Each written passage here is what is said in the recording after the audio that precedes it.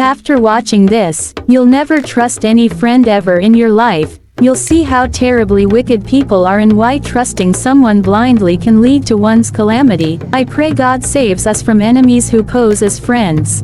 In the heart of Nyanda, a village nestled between rolling hills and dense forests, life flowed with the rhythm of tradition and the whispers of ancestral spirits.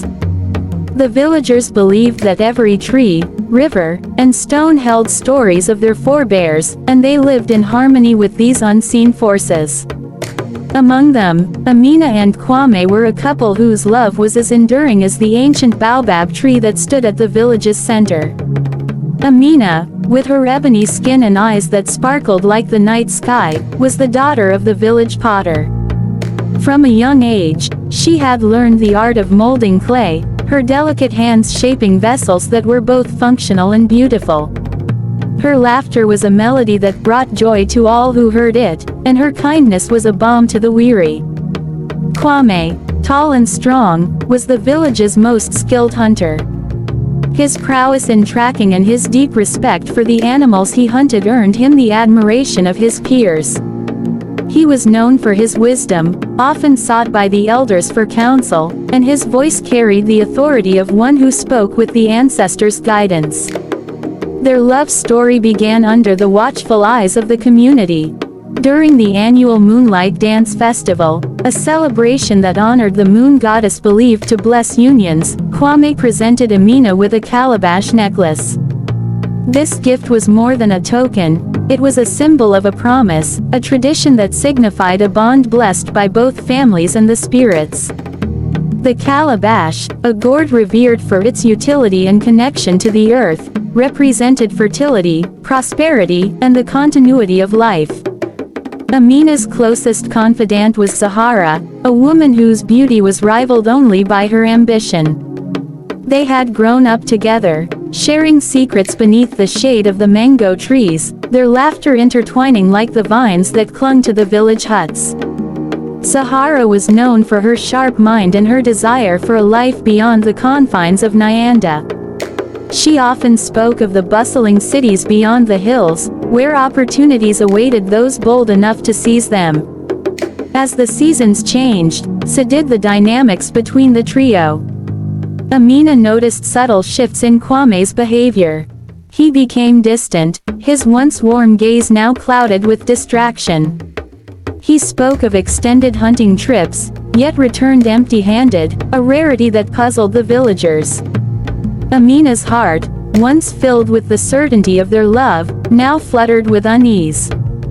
The village, a close-knit community where news traveled swiftly, became abuzz with murmurs.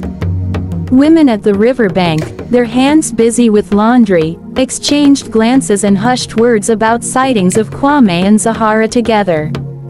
They spoke of secret meetings by the river, of laughter shared in the shadows. Amina, trusting in the bonds of love and friendship, dismissed these tales as mere gossip, unwilling to believe that those she held dearest could betray her. One evening, as the sun dipped below the horizon, casting a golden hue over the village, Amina prepared for the harvest festival. She was to lead the ceremonial dance, a role of honor that celebrated the abundance granted by the earth.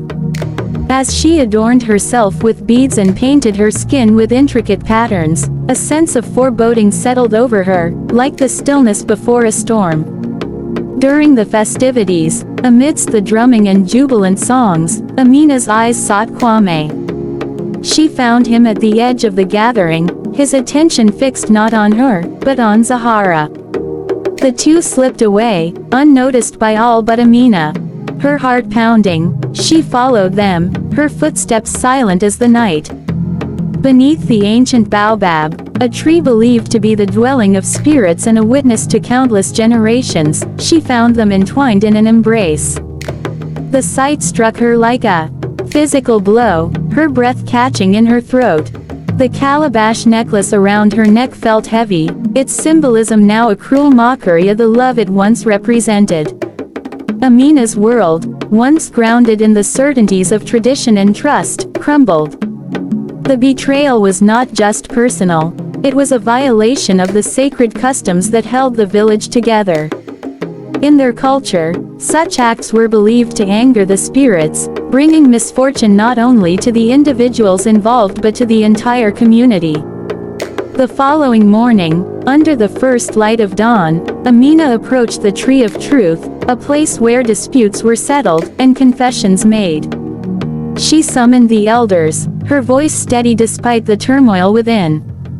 The village gathered, sensing the gravity of the moment.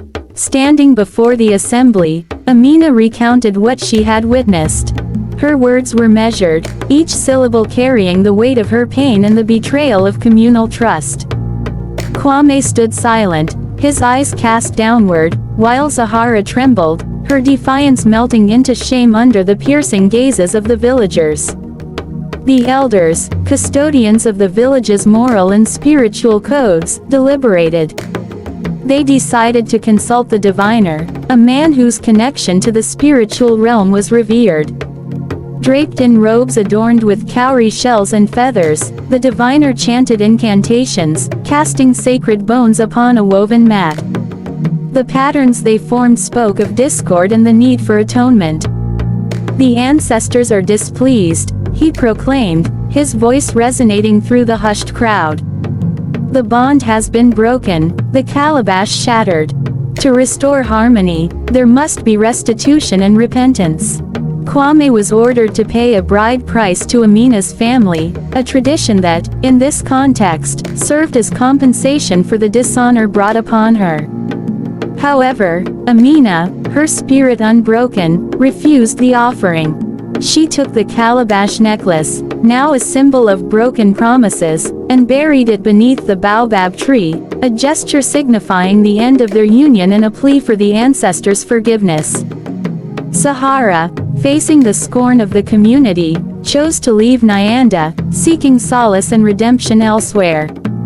Kwame remained, a shadow of his former self, his reputation tarnished, his connection to the spiritual and communal fabric of the village severed. In the wake of the betrayal, Amina found solace in her craft. She immersed herself in pottery, her hands molding clay with renewed purpose. Each piece she created told a story of resilience, of beauty emerging from brokenness. Her work became sought after, not just for their aesthetic appeal, but for the strength and healing they symbolized. Years passed, and Amina's reputation as a master potter spread beyond Nyanda. Travelers from distant lands came to see her creations, each calabash a testament to the human spirit's capacity to mend and flourish. Her laughter returned, richer and more profound, echoing through the village like a song of hope.